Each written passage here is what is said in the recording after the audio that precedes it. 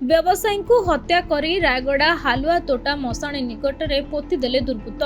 कोरापुट जिला नंदपुर थाना अंतर्गत लमटापुट ब्लॉक मेडीपुट गाँव पणस व्यवसायी सोमनाथ जानी को हत्या करी रायगड़ा सहर उपकंठरे हालुआ श्मशान निकट में पोती दि जाइछि, जार संधान पाइछि पुलिस।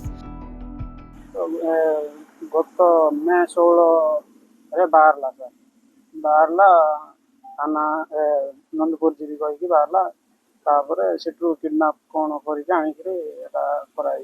आज पुलिस को कंप्लेन दिया 19 तारीख दिन खोजाखोजी आम को गाँव में कौन खोजाखोजी कला भी मिलला ना पुलिस को कंप्लेन करूँ 19 तारीख मे 19 16 बाहरला निखोज खबर शुणिकी 19 पुलिस को कंप्लेन कर पुलिस स्टेशन से एबे 3 मास पर खोजाखोजी लास्ट टाइम नहीं कि पति रही कहलारू रिसेंटली शुणिकी आसचु ना एटा पुलिस तो कहलानी दासगौड़ पुत्र शंकर खोरा और जित्रु गौड़ और मंगू गौड़ ना किए 3 जन खंडे मारिकी पति देइचंती कहलाडा पुलिस कहचंती पुलिस खबर देलारू आमे पहुंचु।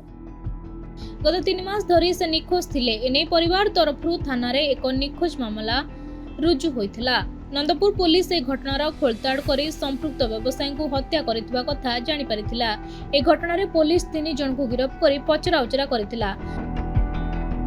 तेबे जण अभियुक्त को पुलिस घटनास्थल को आनी शव पोता जाइथिबा स्थान को चिन्हट करिछि। परिवार लोकंक उपस्थिति रे पुलिस शव को उद्धार करिछि। अन्यपटे कोरापुटରୁ एक साइंटिफिक टीम घटनास्थल रे पहुंची तन्न करी जांच करिसंती। तेबे पूर्व शत्रुता को केंद्र करी सोमनाथन को हत्या करा जाइथिबा नंदपुर पुलिस सूचना दैछंती। रायगड़ारो विजय कुमार दास को रिपोर्ट, खबर ओडिशा।